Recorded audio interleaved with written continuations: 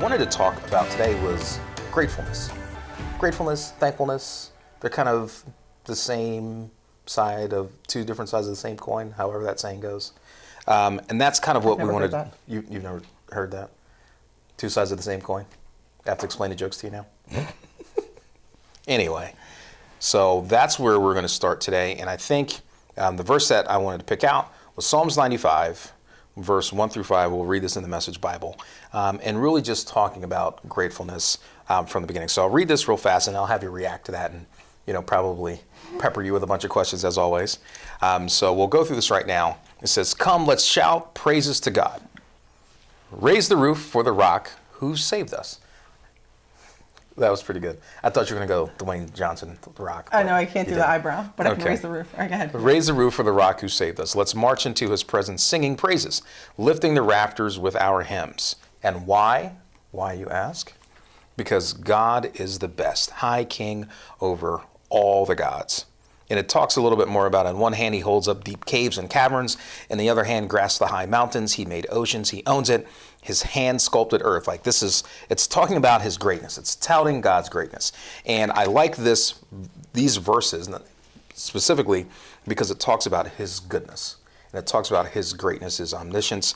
And just let's give praises and shouts unto God, because that is literally our reasonable service. Okay. So today we're going to be talking about being grateful and being thankful, because I think we as believers, as people, we have so much to be grateful for, but I think our default isn't always set to being grateful, to being thankful. I think as you're just kind of walking this life, situations happen, events happen that sort of jade you where you're not really thinking about being thankful or grateful. And, sometimes when our positioning is off, it's hard for us to be, Lord, I thank you, just because. Yep. So that's kind of what I wanted to talk about a little bit today, about what does being grateful mean. So let's start there and then kind of see where this conversation goes. When you hear the word thankful, when you hear the words grateful, what comes to mind when you hear those? Wow. I know. This is the part where I speak. Go. It's about, I think, grateful and thankful, like having a grateful heart, to be thankful in everything that we do. Mm-hmm. To give thanks, to say thank you. For what? Where do we start? All kinds of stuff. I mean, why you should thank all the time. Do you find it difficult to be in a position where you're grateful or thankful all of the time? I think the better question I'm asking, as a believer, have there been times where your default isn't to be thankful, where you're overwhelmed, or it's like, we talked about this a couple of weeks ago, just about being in a position where, I'm complaining more so than being thankful. My heart is not geared towards thankfulness for anything. I'm more consumed by, this is terrible, this is awful. Have you ever been in that situation, or is that just something singular to me? No. Okay. Sorry. So that's the question. You threw me off a little bit. So yeah, I've definitely been there. We joked about this a little bit. Yes, I have 100% definitely been there. There have been parts of my adult life where I have been there. There have been parts of my childhood, my teen years. Absolutely. I'm not always grateful for everything. There's some things that I wish didn't happen, or that I had planned differently. Mm-hmm. But I'm thankful for them looking back, because it framed who I am now. Sure. No regrets. Things have happened, even though they may have been not what I have regrets. Well, I mean, I look at it through this lens that when we read Psalms 95 and it talks about giving praise unto God, which is what we should be doing, and singing praises and hymns and letting the rafters fill up with that joyful noise, and recognizing his greatness, that is ultimately the quintessential essence of providing him praise. Yeah. But 1 Thessalonians talks about being cheerful no matter what. I'm going to read this real fast, because this is where I really need. I'm going to ask you some questions here, mainly because I think you'll give me an honest answer, and it'll probably help me get through some of my other sort of murkiness here. Okay. So 1 Thessalonians 5, 16 through 18, I'll read this in the Message Bible. It says, be cheerful no matter what. Pray all the time. Thank God no matter what happens. This is the way God wants you who belong to Christ Jesus to live. In verse 19, it talks about don't suppress the spirit, don't stifle those who have a word from the master, and it kind of goes on and on and on. Be cheerful no matter what is something that as a person, as a human being, I struggle with because being cheerful is not my default setting. It is mine, so that's why I struggle with your question. So Right. I apologize. So there's am I grateful and thankful all the time? No. But let's look at it through a cheerful heart. I talked about sickness, right? So if the sickness brought us, if the Lord brought us through the sickness, I should be thankful for the Lord, right? You're thankful for coming through. Coming through, not thankful for the sickness. Right. He didn't put it on you, but you're thankful for the end result here. Right, but the struggle that happened during that time, no, I was not thankful for. Yeah. I mean, and the reason why this is important for me, like the reason why I chose this as our... That's what I was going to ask you. You chose this topic, and I'm kind of... I'm interested why. I chose this topic mainly because it's been weighing on me about being more available for him to teach me how to be grateful and thankful. Okay. I think I've been through some things here recently where I have been able to see the opposite side of a situation as opposed to let me complain about this is terrible, this is awful. I think I've started to find happiness for me personally in being happy no matter what. And it's been a struggle to get to that point because sometimes I don't want to be inauthentic. And there's days where it's like, I'm not feeling it, but Lord, I thank you anyway. Even when situations are going sideways, I'm still grateful that I'm still here for this, for whatever this is. I'm thankful for this moment. And the reason why I ask you, because your disposition tends to be more cheerful and grateful and thankful, where that's, your heart is fertile for those things. Oh, and thanks for noticing. I'm always looking and wanting to know, how do you get to that place? Like, how does that happen? And ultimately what we're trying to do is get us to a point where, thankfulness and being grateful and being mindful is the default setting as we go throughout this life. And that's something. Now, you talked about a minute ago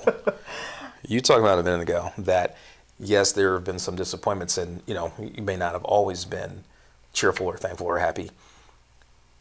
One, can you pinpoint when that changed for you? Where gratefulness, thankfulness became your default setting? I'll answer your question in 1 second. And it's kind of a trick question. I know. I'll answer your question, but here's my thought, though. This is funny. These are totally unscripted, and I'm not prepared for this at all. I have to let you know because you're hitting me with these questions that I was not thinking that you were going to ask. Our pastor says feelings are fickle, and you use the word happy. And I have to give you an example from work because our VP of operations says hope is not a strategy. Right. So I told my team to change the word hope with plan when they speak to her. And I noticed that they change it with me. So they don't say, I hope to have, whatever. They plan to have. And I found that interesting. I think you need, this goes back to our previous conversation. I think you need to change the word happy. Happy is like, this cup makes me happy. Yeah, and I don't think we're talking about happy. I think we're conflating the conversation. I want to know, how do you cultivate an environment of gratefulness? Right. And the reason why I'm asking you this, because ultimately, if we as believers can master being grateful and thankful in good times and bad times, you change your perspective immensely. As parents, if we can instill an attitude of gratefulness and thankfulness, then you raise better people. All right. So let me give you an example, and then Certainly. I'll answer your question. And I think you're going to be a little bit amazed, not amazed, you're not going to be amazed. So I had this conversation this morning with Jackson, right? So Jackson is inquisitive. He's brilliant. He's not controlling. He's a lot like you, right? He's got the same type of personality. I said not controlling. He's got the same personality, right? He's smart for his own good, right? He's beyond smart for his age, right? Sure. So I gave this example earlier. So he came into our bedroom to go use our bathroom this morning to get a glass of water. And I asked him, why did he walk past his? And I asked him, so it developed this conversation. And I said, did you just want to be with us? Or did you want to be with somebody? And he said, I wanted to be with Daddy. Okay. Why? I don't see him that often. And, you work late, like he's at school by time, that kind of thing. And I said to him, your behaviors sometimes don't give him the opportunity to always want to be with you because you kind of send him left. I said, Jackson, if you want to sit with greatness, you have to be quiet and just admire. And I stumped him. You're stumping me right now. You're stumping me right now, So, but that's awesome. We've been together you're going to make me cry. We've been together for a very long time. We have. We have. Thank you. You're welcome. I've witnessed greatness. Sure. And I have witnessed not greatness. Yeah. Right? This is why I am where I am today. When he wants to be with you and you are hangry, or you're just getting home from work and you don't have your jacket off and you still have your bag, like that's not the time. Right. Right. So that's what he sees. Right. And that's what he equates to. And he's like, oh, well, Daddy's getting attention, so I'm going to act out. And he acts out as well as a 9-10-year-old can. Sure. Right. So I know how old my son is, but he doesn't know those emotions yet. Yeah. Right. So to teach him, I said, if you want to sit with greatness, you have to sit still and listen. Don't ask questions. Don't get in. Oh, what are you working on? Just be, right? Yeah. Just sit there and listen and watch what he's doing. And he was amazed by that answer. And it made sense to him after we talked it through a little bit. And he said, that's what I wanted. I said, okay, so when Daddy's home, you sit down and you just hang out with him, right? And just don't ask for anything. Don't try to show him anything on your book or in your iPad or ask him what he's doing. Just sit there and he will give you the wisdom that he has learned over his lifetime, and he will share that with you. And that's not something that you would ever ask for, but Right. you have to be grateful when you have it. And I promise you, I had no idea what we were talking about today when I had that conversation with him. Yeah. So that being said, I'm the little girl with the bubble gum, if you know what I mean, right? So I still see myself, and in my age now, I still see myself as that little girl. Like, the world is innocent to me, and I know. Look, I know, right? I'm not naive to this. Sure. But the world is innocent to me, and you said the other day, like, how do you get that? Like toddlers have that same spirit because they don't know Sure. any better yet. They're not jaded. They're not Right. impressed upon by Right. someone else's So whatever. here's the thing. We've had multiple pregnancies, and we have only a few children to show for that. Sure. Right, and that's ridiculous to say. We have 4 children, but we've had 8 miscarriages along with our live births, right? Yeah. So there was a time, and they were all very close together, and there was a time that it was very dark for us. And you handled that very differently than I handled that. And we both came out of it stronger and better. Sure. But was I thankful during that time? Heck no. Right, and that's the point that I'm asking. Like, how do you make it through when things have gone not just a little left, but I mean way left? So my natural, and you asked me 2-part questions. I So did. my natural instinct, and hear me. I'm hearing you. Without judgment, right? We talked about this before, without judgment. Sure. My natural instinct would have been to drink through it, right? Sure. Just hear me. Yeah. Would have been to drink through it. And I have, right? I've been redeemed. I know my limits. Sure. There is addiction in our family, in my family. There is addiction in my family, and I was very aware of that. Right. So I made sure that stopped. Sure. The alcohol, right? So it was many years ago. I have since replaced that with other addictions, not necessarily like, oh my God, but food. Do tell. Yeah, right. What kind of conversation is this? Inquiring minds want to know. Food. Yeah. Right? Because I comfort myself with whatever I can, whatever, right? So I grew up in a not poor family, but not wealthy, and we made sure that we cleaned our plates. And I joke with the kids, right, when we have wings, like you could feed a little family off what you left on those wings, right? Right. So I make sure I take care of that for them. So I make sure that I try not to share that with them, right? So I make sure that they know that. But I'm now in control. It's hard to tell, but I'm now in control, right? And some people like my fluffiness, the one that matters. That's all that matters.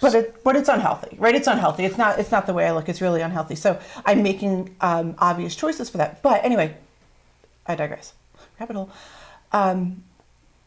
You can't serve in both. You can't serve two masters, right? Right. You can't. Right. The one that you feed is the one that is the one that's gonna win.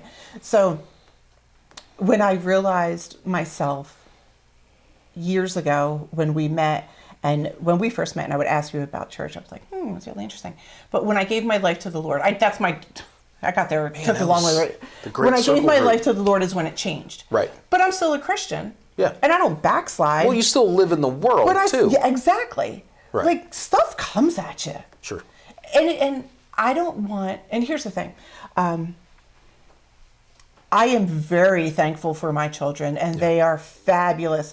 I do not frame my life around them, but I'm very grateful for them for the lessons that they have taught me. I didn't want children. Growing up, like, I didn't want to get married, didn't want to have kids, and here I am, right? 4 kids later. And I have learned that they are the best blessing. And not so much that they're going to carry on my knee, because they can teach me so much. Right. And to see the way Ethan looks at me, and he's like, Jackson did it this morning. He's like, you look beautiful. Like it melted my heart. He doesn't know, right? Either way, like, you don't know what I'm going through. Oh, let me tell you something else. So he doesn't know what I'm going through, and not what I'm going through. He made me feel good. Period. He made me feel good, Sure. And I was thankful for that. Yeah. And that's because that's what we taught him. Right. Right. He addressed that we really try not in our house to judge people by the way they look. Right. We don't do that. We try to teach them this isn't the way you look at society. Right. You don't judge them. You judge their heart. How do you know someone's heart when they're walking down the street? Well, you don't. But you have to have a conversation with someone. Right. Mm-hmm. So if we're teaching our children that this is the way that to be thankful, they're going to stop and pause and get to know someone and have that conversation, and grateful for the opportunities that's lent to them. Right. Because it's not promised. Right. And when we look back at them and we can say, I've learned this, this, and this from children. And if I can reflect on my childhood, I'm like, that was horrible. Or, hey, that was great. That's what I live on. And I don't live in the past. I take those opportunities where I am now and I say, I'm not going to live through this situation, beat myself up or criticize or comment to somebody else because what I'm going through. I'm going to take what I know, which is the Lord now, and expound on that and have that take the place in my hurt heart, I want to say in my hurted heart, but in my hurt heart, and have that be fixed. Yeah. I think... I don't know if that's what you're looking for. No, I think your answer is quite profound, and exactly what I'm looking for, because I think as believers, folks often struggle with some of these. It's always presented as a very simplistic thing to do. Give thanks unto God all of the time. Be thankful in everything. Well, words on the page, you can read it, and that sounds very easy to do. Yeah. That also sounds something very churchy. And I think in the real world, when you're presented with, like, hey, you know what? I'm coming home to tell you that I lost my job. Yeah. It's hard to find the thankfulness or being grateful in that moment, because it's like, You know what? This is terrible. Yeah. You know what, Lord, I'm struggling to find the lesson here. You know, you referenced our pregnancies, our losses. Like, I'm struggling to find the joy here. I'm struggling to find where I should be thankful here. Like, I am having a very difficult time. Yeah. In fact, I am struggling Yeah. right now, and I want to have a grateful heart, and I want to be thankful, but I am also consumed with rage. Yeah. And I think it is okay. And now you're going to make me cry. Sorry. But I think it's okay thank you, as believers, one, to be vulnerable and to acknowledge, like, hey, you know what? This has gone left. But in spite of, I'm making every effort to thank you anyway. Yeah. And I think when we were preparing for this lesson, like the note that I have right now says that we have to choose to acknowledge God's sovereignty in our lives. Even when things are out of balance, even when things seem to be off kilter, I still have to recognize God's greatness and his omniscience and his love for me. Like, I still have to recognize that, because I think we often find it difficult to be thankful or grateful because we're focused so much on how awful of a situation this is, as opposed to God, even though this is terrible in this moment, I know that you will bring me through. I know that you still have your hand on my life. I know that in this moment, it still may be awful and terrible, but I do serve a greater God. I do serve an all-knowing, all-powerful God. I do serve a God that's not going to let me be made ashamed. I serve my Heavenly Father is going to make sure that even in this moment, the end result, this moment doesn't define our entire relationship. Because Lord, I still remember when you brought me through. I know that you're going to do it again. And I think when we shift our focus and attention to that, as opposed to how awful this situation may be, then it becomes easier to make sure that we don't lose perspective in terms of who God is, what he wants to do, what he has promised us, and what he said he'd do for us in his word. And even though I want it to be, almost automatic, sometimes you got to work at it. Yeah. And I think from this perspective, being grateful, you got to work at it. I mean, so oftentimes we have to make sure that we don't lose sight of that. When we were reading in Psalms 69 and 30, in the Amplified, it says, "Let me shout God's name with a praising song. Let me tell his greatness in a prayer of thanks." For God, this is better. Like, he's better. Yeah. Like, no matter what happens, he's better. When we first start talking in Psalms 95, and we were reading in 1 Thessalonians, it talks about all of the great things that God is. Like, he's bigger, he's awesome, he's greater, he's larger. He's bigger than the problem that you're looking at. I need to go back for you. So, have you ever been mad at God? Have I? Often. I mean, I'm giving you a very honest answer. There have been times where I've been infuriated with him, angry. And here's the thing. It's okay. Like, that's okay. That's okay for me to be upset in that moment, because oftentimes growing up, my parents may have chastised me or told me something, and I was furious with them. Now, granted, in that moment, I didn't see the wisdom in it, but yes, that has happened. Like, you know what? As a person, I don't like being told no. Like, what do you mean no? Right. No. Like, that's not the answer that I'm seeking after. So there have been times where I have been upset with him, with God, with the decision, with the way that, the path was going, because it wasn't my plan. Right. So do you, when you see that happening, and you're pretty keen, and you're pretty in line with the Lord's plan for your life. You've said it several times. I have to say, I'm going to stick a pin in that one. I have to say, though, we are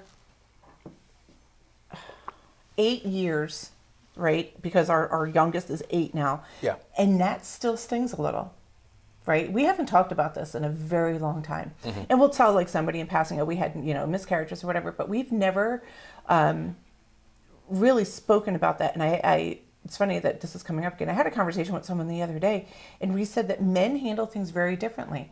This is horrible. I think by our fourth one, I was like, yep, whatever. And you were still angry like it was the first time. Right. And every time you got increasingly more angry, and every time I just got more, laissez-faire, what's that word? Laissez-faire? Yeah, laissez-faire. Like, yeah, it is what it is. You just mixed je ne sais quoi and laissez-faire. That's a nice mashup. That's great. And if I spoke French, then I would be able to tell you what that meant. But I don't.